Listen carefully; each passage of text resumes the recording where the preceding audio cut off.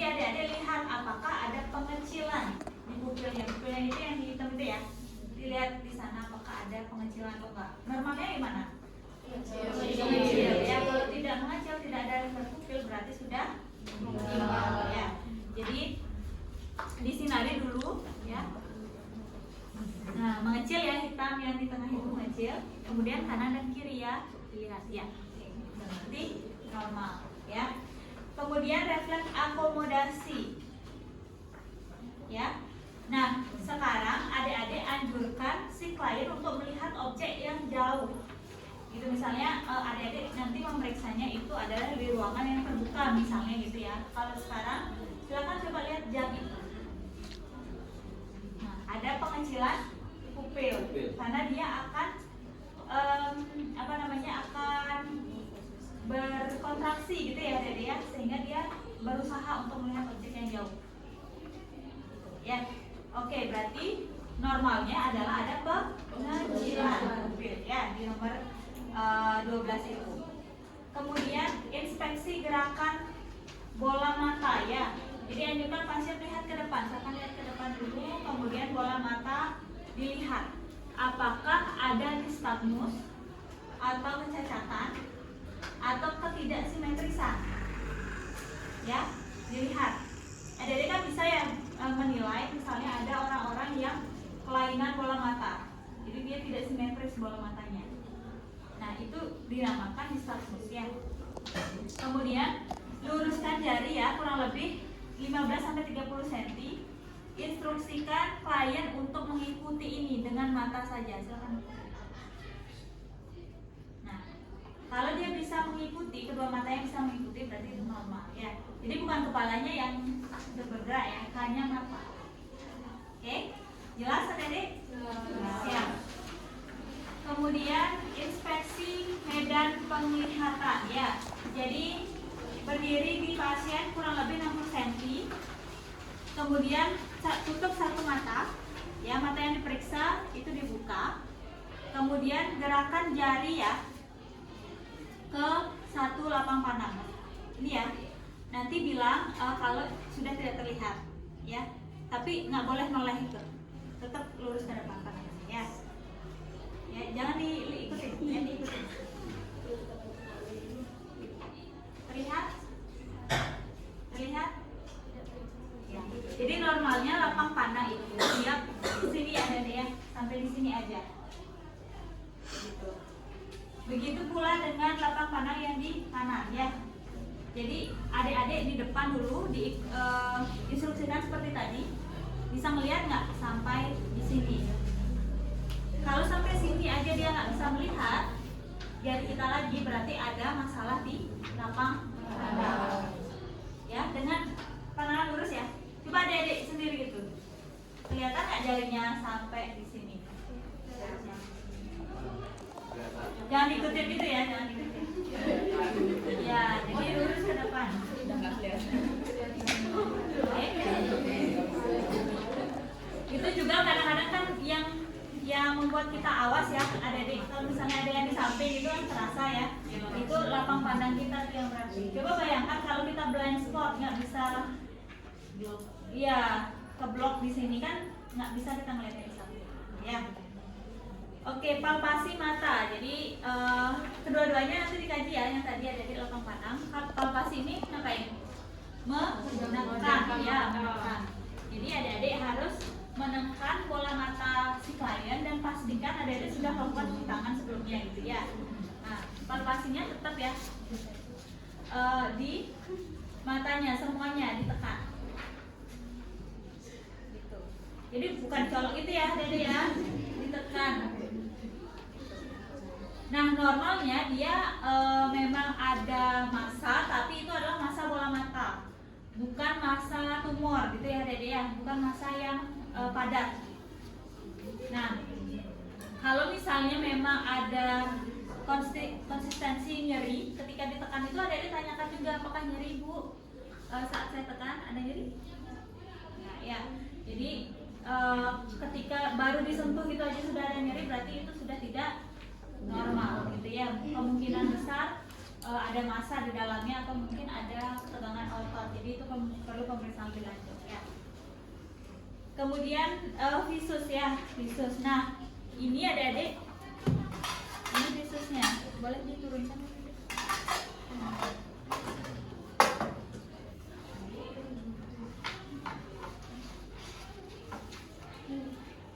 Ya, pemeriksaan visus ini adik-adik dilakukan dalam jarak berapa? 6 meter idealnya ya, tapi ini kayaknya terlalu kecil ya. Oh enggak. Jadi 6 meter cukup jauh ya.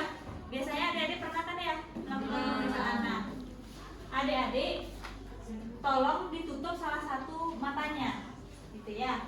Ditutup salah satu matanya. Dari mana adik-adik memeriksa? Dari atas atau dari bawah? Dari Atas. Ya, jadi disebutkan pemeriksa harus juga normal matanya ya, dan bisa melihat ini dan tidak buta huruf. Karena ini adalah huruf ya. Jadi adik-adik pastikan pemeriksaannya eligible juga untuk melakukan ini. Nah, ditutup salah satu mata, diperiksa, gitu ya.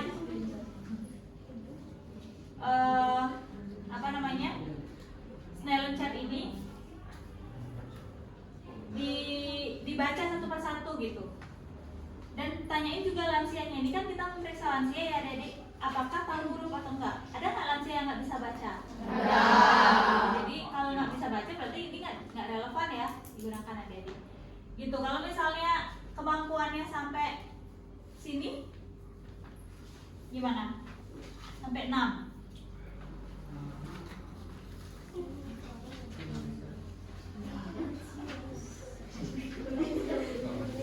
Ya, berarti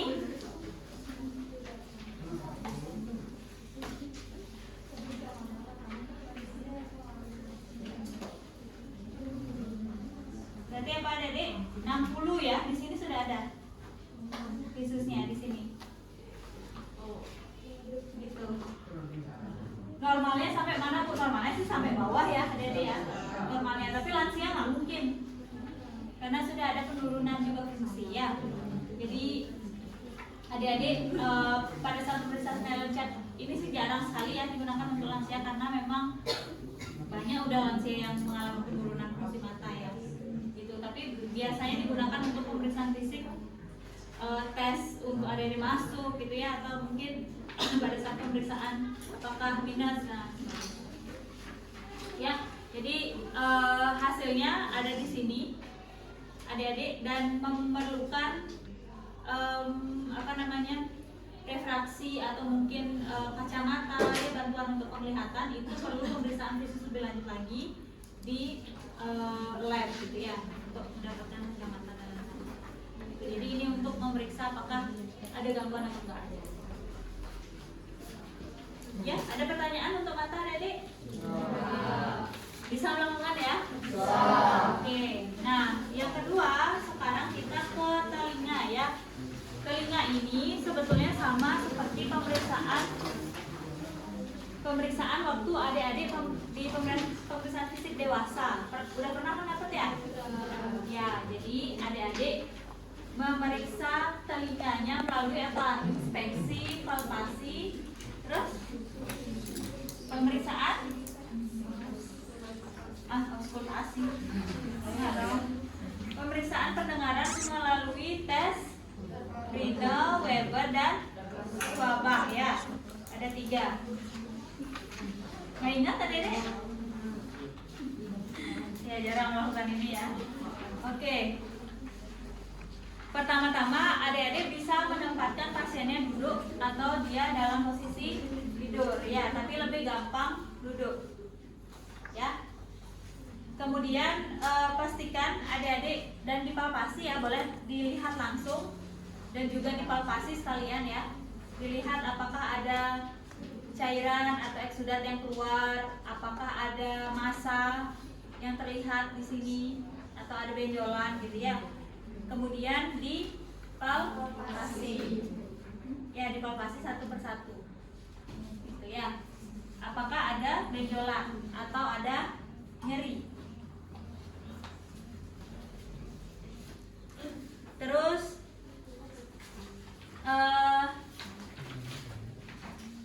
nah, adik-adik bisa juga menggunakan menggunakan spekulum ya atau otoskop ini untuk memeriksa keadaan telinga di dalam ya.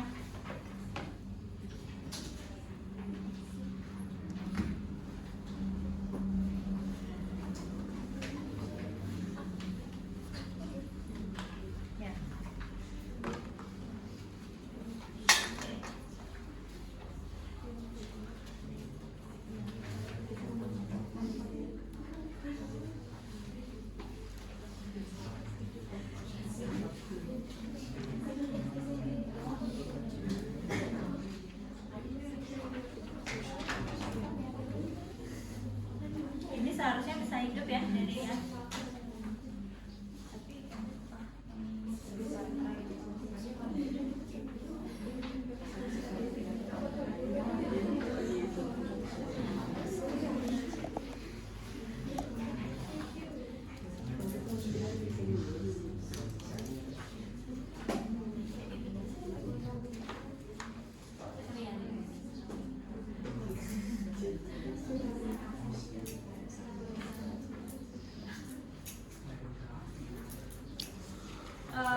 Kalau adik-adik kesulitan menggunakan ini gitu ya, harusnya ini ada lampunya sih ya, sehingga dia terang gitu dan bisa melihat yang telinga.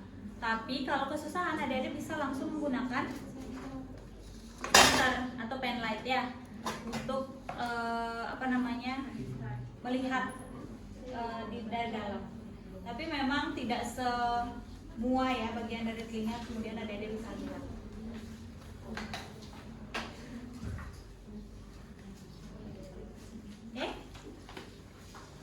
Terus biasanya gimana? Banyak nggak kejadian atau masalah pada telinga lansia? Hanya ya. Jadi salah satu gangguan komunikasi disebabkan oleh gangguan pendengaran. Ya.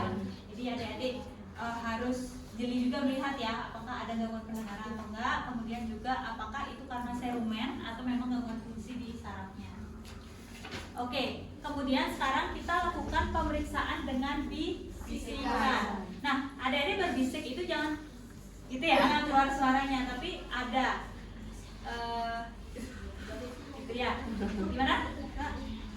Ya, gitu ya. Ada suaranya tapi tidak keluar suara ya. Berarti ya berbisik lah ya, berbisik. Oke. Itu adik-adik jaraknya 2 meter aja ya. 2 meter itu udah jauh. Silakan berbisik, jangan 1 kalimat, cukup 2 kata aja. Ya. Jadi instruksikan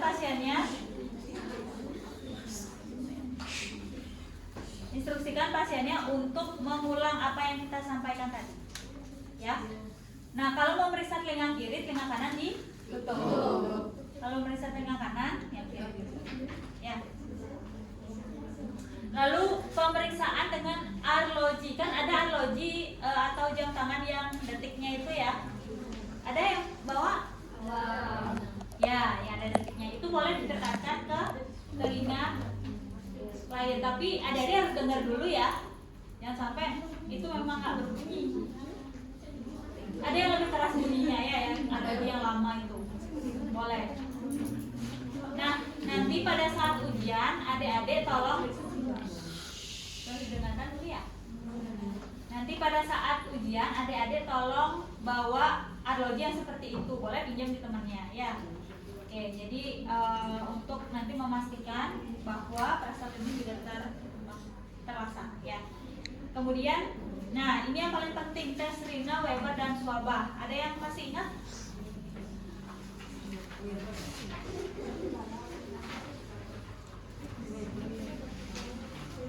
Ada yang masih ingat?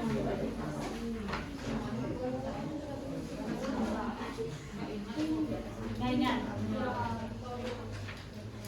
Jadi adik-adik, ini namanya Gakutala ya. Kita menggunakan ini untuk memastikan apakah ada gangguan konduksi atau gangguan laserasi di telinga klien.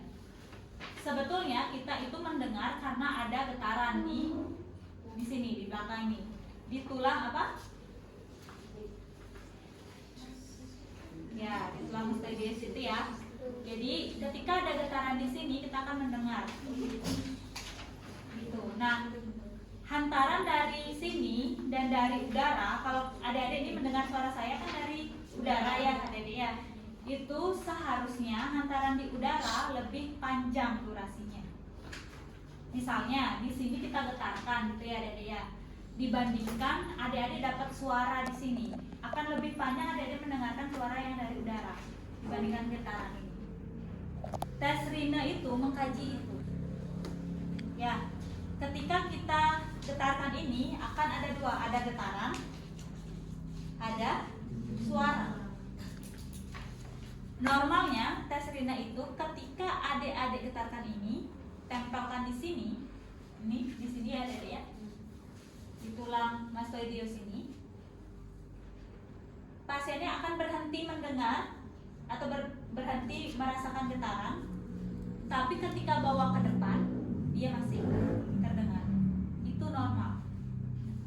Tapi kalau dia di sini udah berhenti, di sini juga berhenti, berarti ada gangguan di hantaran udara. Ya, jadi dia mendengar di sininya normal, di sininya maksudnya di saraf untuk menerima hantaran dari suara di udara itu tidak optimal. Paham ya? Jadi adik-adik yang paling sering terjadi kesalahan adalah ini digetarkan, tapi ini dipegang, dia berhenti. Jangan dipegang ininya, dipegang yang bawah, jangan sampai menyentuh. Ya, oke. Saya getarkan dulu ya. Ini boleh di gini ya. Tapi ini kurang optimal juga. Adik-adik kalau bisa besi lawan besi gitu ya. Baru dia akan lebih optimal. Jadi di ini nanti bilang ya kalau saya salah.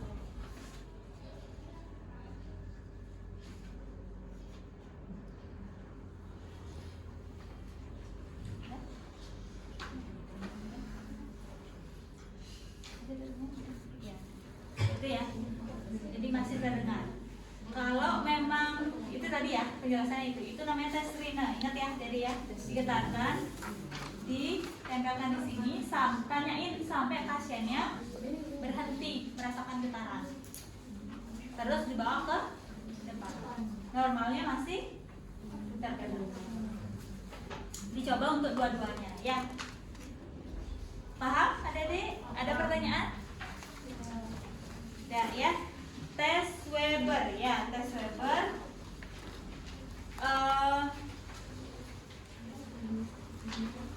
Ya, tes Weber adik-adik kita akan meletakkan di atas kepalanya si klien. Normalnya ketika tidak terjadi gangguan di telinga, dua-duanya merasakan getaran yang sama atau mungkin tidak merasakan sama sekali. Gitu ya. Tapi kalau dia ada gangguan, dia akan lebih keras ke area yang sakit. Ya. Jadi dia dikatakan tuli konduktif jika laserasi pada telinga yang tuli atau suara jelas terdengar pada telinga yang mengalami tuli konduktif. Itu ya, dia lebih nyaring di sana. Tapi kalau telinga normal itu pasien dengan suara di tengah atau tidak membedakan antara telinga tengah telinga kanan atau kiri, ya. Jadi adik-adik tinggal getarkan ini dan maaf ya adik ya, taruh di depan sini, di atas, ya. Udah serem ya. Ya ini takut celana. Ya, getarkan. Tidak harus berbunyi ting gitu ya. Gimana deh? Nggak ada ya, memang normalnya nggak ada kalau kedua telinganya normal ya.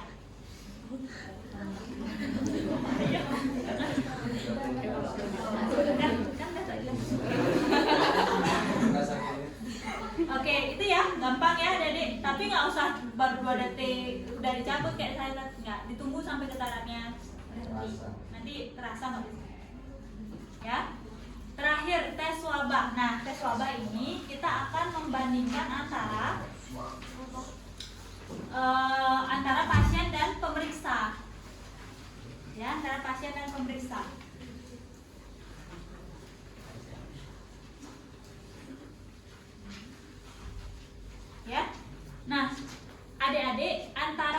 dan pemeriksa itu yang menjadi gold standarnya adalah si pemeriksa ya. Jangan sampai pemeriksanya juga tuli.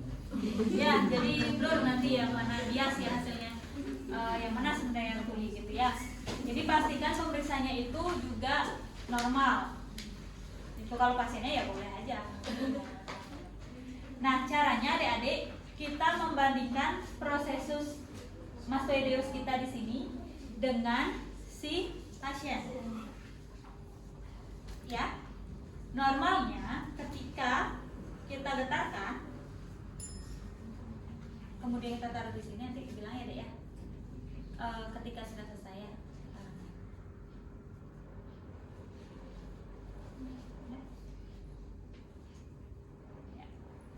Jadi normalnya adalah ketika di sini di pasien bilang itu sudah selesai, ya sudah selesai getarannya, kemudian bawa langsung ke kita. Bener nggak udah selesai getarannya? Ketika masih, berarti ada masalah di pasiennya. Gitu. Normalnya sama-sama nggak mendengar. Maksudnya ininya nggak mendengar ya. Ya, sama-sama tidak mendengar getaran lagi. Ya. Ada pertanyaan? Ya, coba betul. Tes Rina gimana tadi? Dua ke depan. Khusus pasien ya. Tes Weber. Normalnya? Atau seimbang. Seimbang. Terus kalau yang sakit dibuktikan dengan apa? Lebih keras. Tes terakhir swabah.